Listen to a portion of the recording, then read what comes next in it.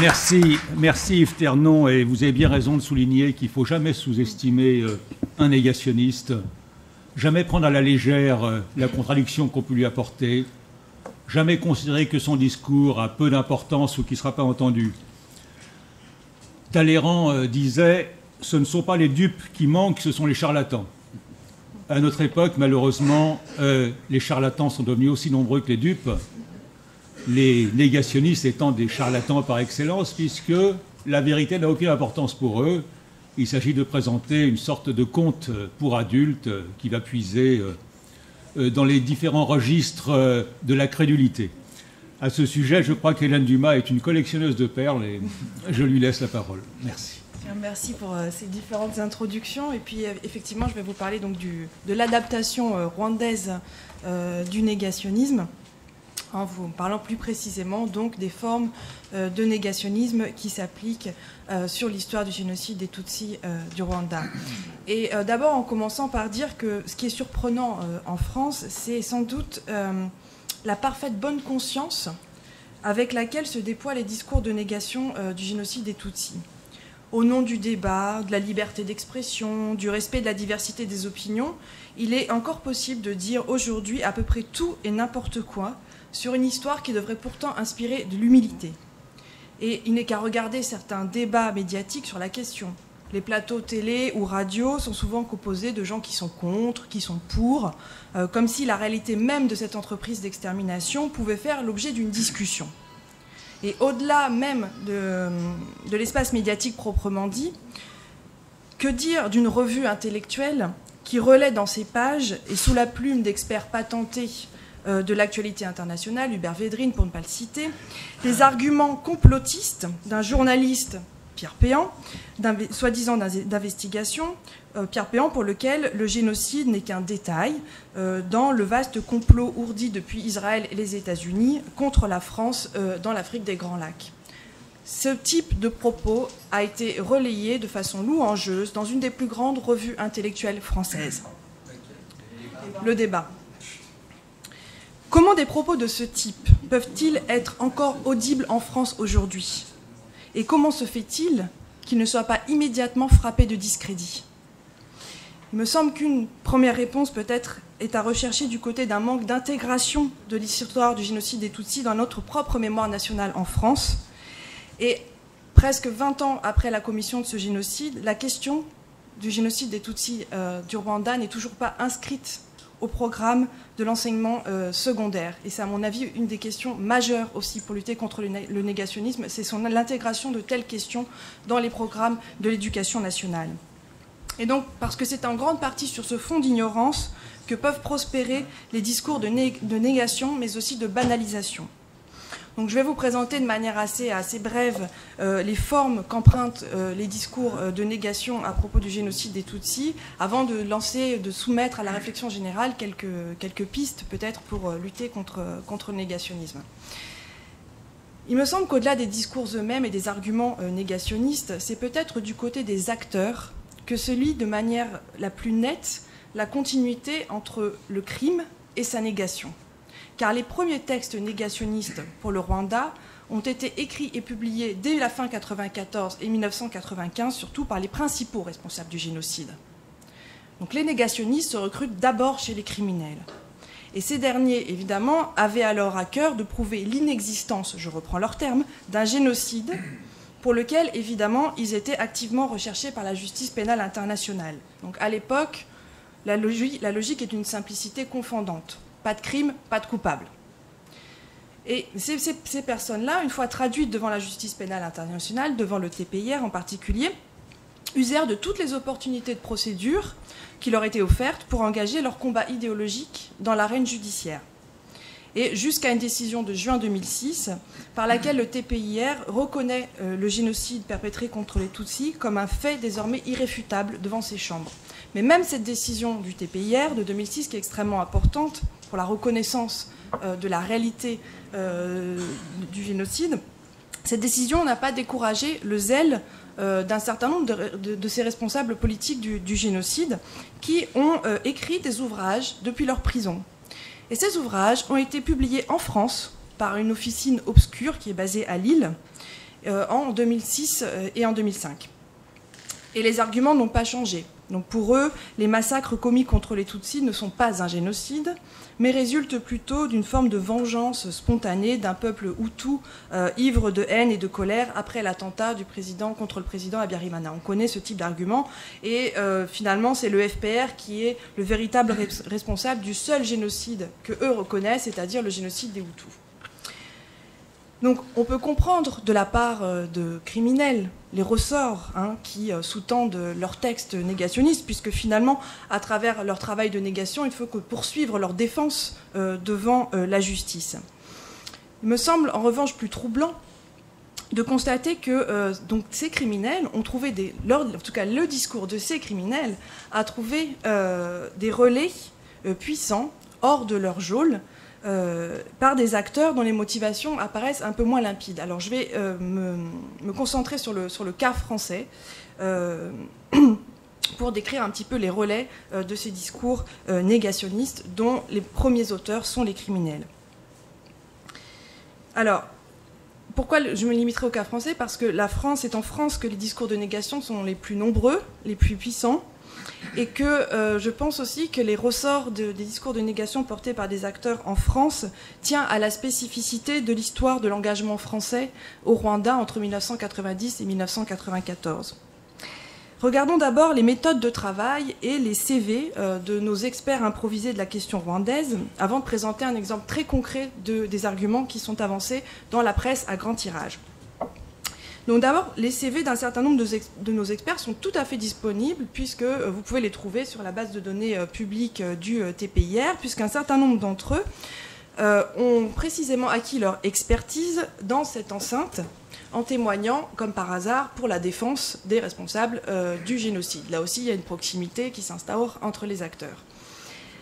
Et un des cas les plus intéressants, c'est celui d'un prêtre belge, le père Dessouter, dont le CV détaille certes ses multiples compétences en matière de zootechnie, mais où nulle part dans son CV on ne figure un diplôme de sciences sociales, ni la moindre production intellectuelle sur l'histoire du Rwanda. Il a pourtant été admis comme témoin expert devant le TPIR.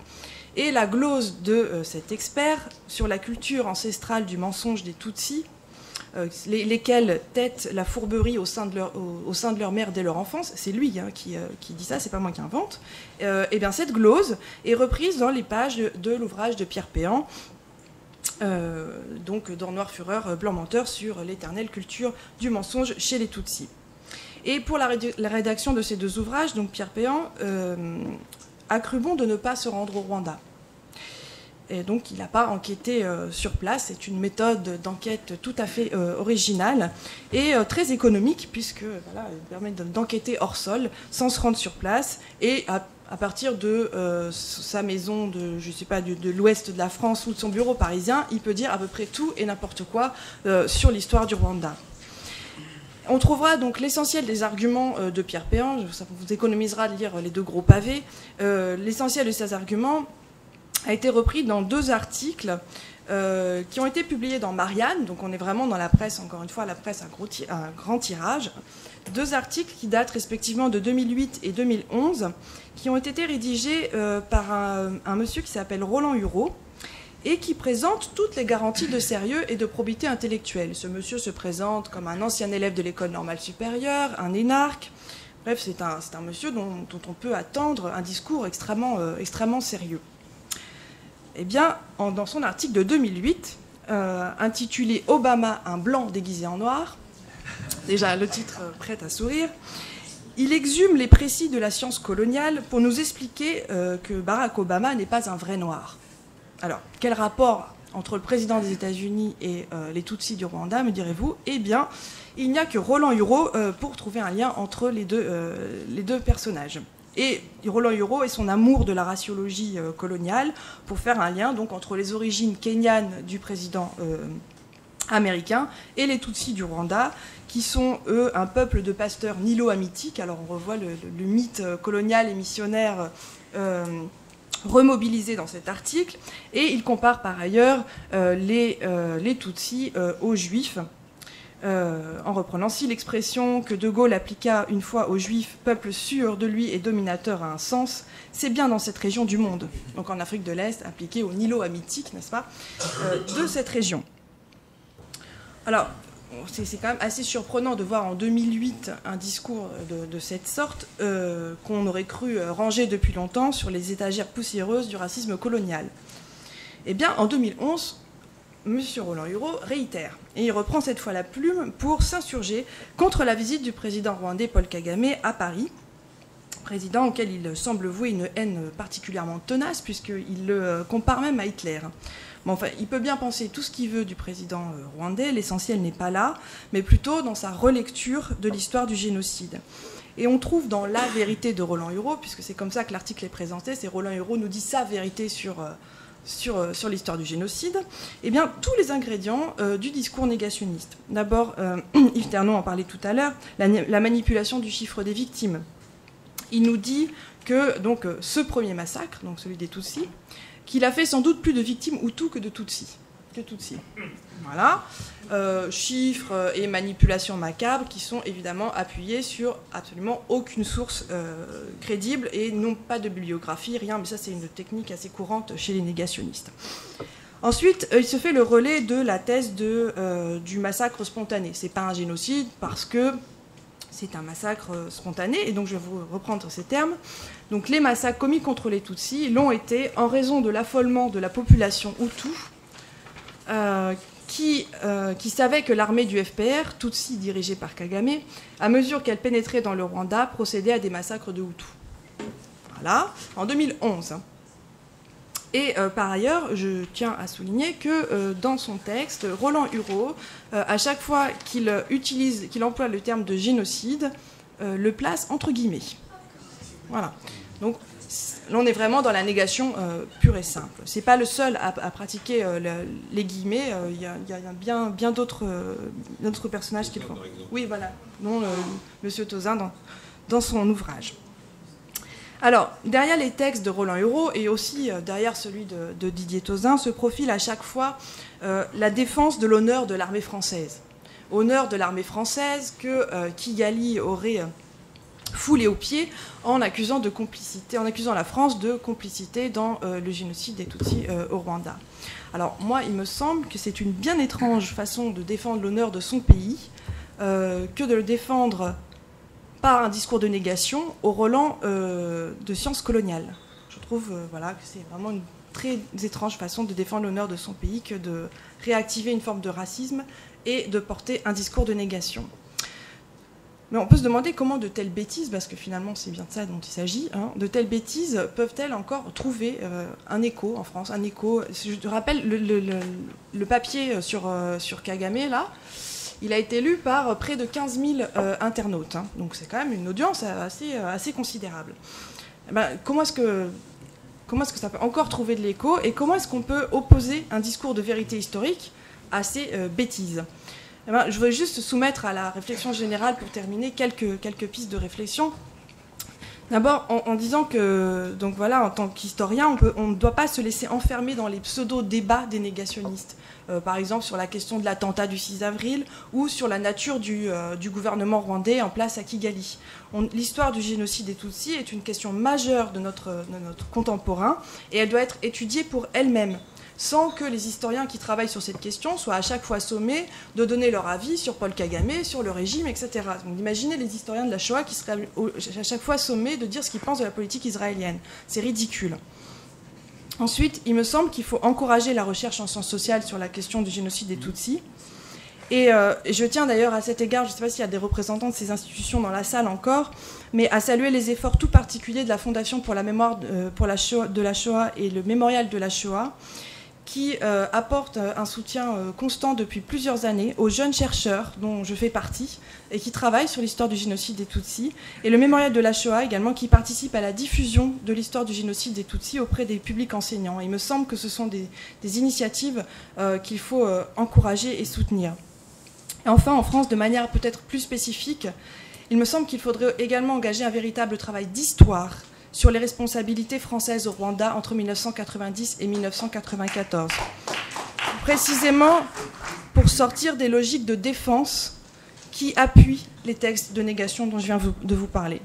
Et donc je vais aussi finir mon intervention en citant Pierre Vidal-Naquet, qui décidément sera très présent dans les exposés ce soir, qui disait qu'une des façons de répondre au négationnisme, c'est de travailler sans relâche à l'établissement des faits.